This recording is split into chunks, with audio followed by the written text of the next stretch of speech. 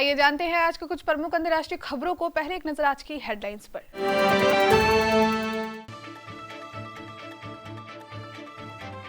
पहाड़ों पर बर्फबारी से कंप कपा रही है दिल्ली। पारा सामान्य से 7 डिग्री कम, 21 दिसंबर तक राहत नहीं। यूपी हरियाणा के 65 खाप चौधरी और थांबेदार नजरबंद। टिकैत ने किसानों से कहा, डटे रहो। चीन की आक्रामकता से निपटने को भारत ने बांग्लादेश से मांगा पूर्वोत्तर राज्यों में जाने का सीधा रास्ता। बिहार के बाद यूपी के किसान ने भी गोभी की फसल पर चलाया ट्रैक्टर। डीएम ने मांगी रिपोर्ट। सुलह की कोशिश। कांग्रेस पार्टी से नाराज चल रहे नेताओं से मुलाकात करेंगी सोनिया गांधी। प्राइवेट स्कूलों की मनमानी के खिलाफ अभिभावकों ने किया प्रदर्शन। बोले, नीतीश जी इंसाफ करो, स्कूल फीस माफ करो। तुर्की ने अमेरिकी पाबंदी को किया खारिज। रूस से हथियार खरीदने पर अड़ा। अजीबोगरीब मामला। ब्राजील की नदी में अचानक आई कछुओं की सुनामी। जीव वैज्ञानिक भी है हैरान। ड्रग्स केस में वायरल वीडियो के मामले में एनसीबी ने करण जौहर से जानकारी मांगी। रूस की बड़ी कार्रवाई। टोक्यो ओलंपिक से बाहर होने के साथ लगा 2 साल का बैन। राजधानी दिल्ली में लोगों को कंप कपाने वाली ठंड से फिलहाल राहत नहीं मिलने वाली है। गुरुवार को राजधानी में अधिकतम तापमान 15.2 डिग्री सेल्सियस तक लुढ़क गया, जो सामान्य से 7 डिग्री सेल्सियस नीचे है। तापमान में गिरावट की वजह से पूरे दिन बर्फाली हवाएं चलती रही। मौसम विभाग के मुताबिक यह लगातार चौथा ठंडा दिन था। मौसम वैज्ञानिकों की माने तो इस पूरे हफ्ते लोगों को ठंड के कहर से राहत नहीं मिलने वाली है। नए कृषि कानूनों को रद्द कराने और न्यूनतम समर्थन मूल्य की गारंटी आदि मांगों को लेकर चल रहा किसान आंदोलन अब एक मोड़ पर आकर ठिठक गया है। केंद्र सरकार कानून रद्द करने के लिए तैयार नहीं है और किसान भी प्रतिष्ठा का प्रश्न बना चुके हैं। वहीं आंदोलन को तोड़ने के लिए गोपनीय स्तर पर भी प्रयास किए जा रहे हैं। बृहस्पतिवार को गाजीपुर बॉर्डर पहुंचने के आह्वान के बाद बुधवार रात ही उत्तर प्रदेश और हरियाणा में 65 से अधिक खाप चौधरियों व थांबेदारों को नजरबंद कर दिया गया। 20 घंटे तक पुलिस प्रशासन ने उनके घरों के बाहर पहरा लगाए रखा। भूटान की सीमा के करीब चीन की बढ़ती सक्रियता को देख भारत अब जल्द से जल्द अपने पूर्वोत्तर राज्यों के लिए वैकल्पिक जमीनी रास्ता सुनिश्चित करना चाहता है। यह काम सिर्फ बांग्लादेश ही कर सकता है, क्योंकि उसकी सीमा 3 पूर्वोत्तर राज्यों से जुड़ती है। इस क्रम में भारत ने बांग्लादेश से आग्रह किया है कि वह बंगाल को मेघालय से भूमार्ग से जोड़ने का एक रास्ता दे। बिहार के बाद उत्तर प्रदेश के किसान ने भी अपनी गोभी की फसल पर ट्रैक्टर चला दिया है। गोभी की सही फसल नहीं मिलने से नाराज किसान ने गुरुवार को खेत में बची हुई गोभी की फसल को ट्रैक्टर से रौंद दिया। पश्चिमी उत्तर प्रदेश के इस किसान ने तीनों कृषि कानूनों को वापस लेने की मांग भी की है। फसल नष्ट करने का मामला सामने आने के बाद जिलाधिकारी ने रिपोर्ट की मांग की है।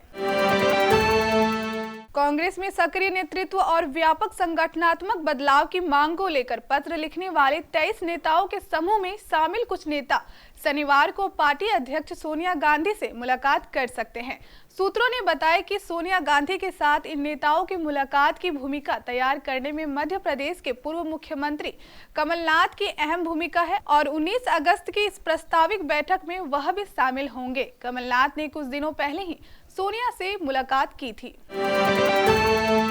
बिहार की राजधानी पटना में स्कूल फीस जमा कराने के लिए प्राइवेट स्कूल प्रबंध की ओर से बनाए जा रहे दबाव के विरोध में अभिभावकों ने मोर्चा खोल दिया है। गुरुवार को पटना में अभिभावकों ने गोला रोड स्थित एक स्कूल के बाहर प्रदर्शन किया। अभिभावकों का आरोप है कि प्राइवेट स्कूल जहां फीस के लिए उन्हें तंग कर रहे हैं, वहीं मानसिक रूप से भी प्रताड़ित करने का काम कर रहे हैं।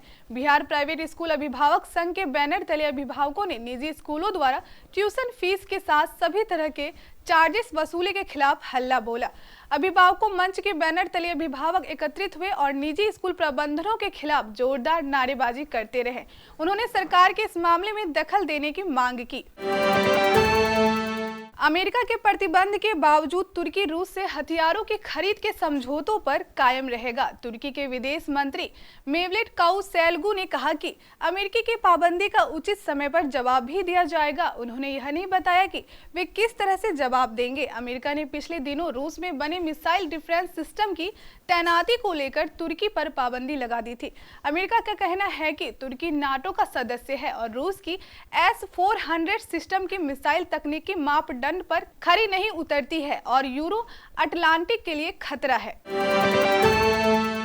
प्राकृतिक आपदाओं में सुनामी को सबसे ज्यादा खतरनाक माना जाता है। हम में से ऐसे कई लोग होंगे जो समुद्र किनारे सुनामी को उठते देखे भी होंगे, लेकिन ब्राजील की एक नदी में इन दिनों एक अलग तरह की सुनामी आई है। ब्राजील में एक नदी के किनारे हजारों की संख्या में साउथ अमेरिकन रिवर टर्टल्स की फौज दिखाई दी है। दरअसल ये कछुए सुनामी में नदी के अंदर से लहर की तरह निकल रहे थे। ये कछुए अमेजन नदी के सहायक यूसर्स नदी के किनारे एक संरक्षित क्षेत्र में इकट्ठा किए गए हैं। एनसीबी ने ड्रग्स केस की जांच के सिलसिले में बॉलीवुड डायरेक्टर करण जौहर से जुड़े कुछ लोगों को समन भेजा है।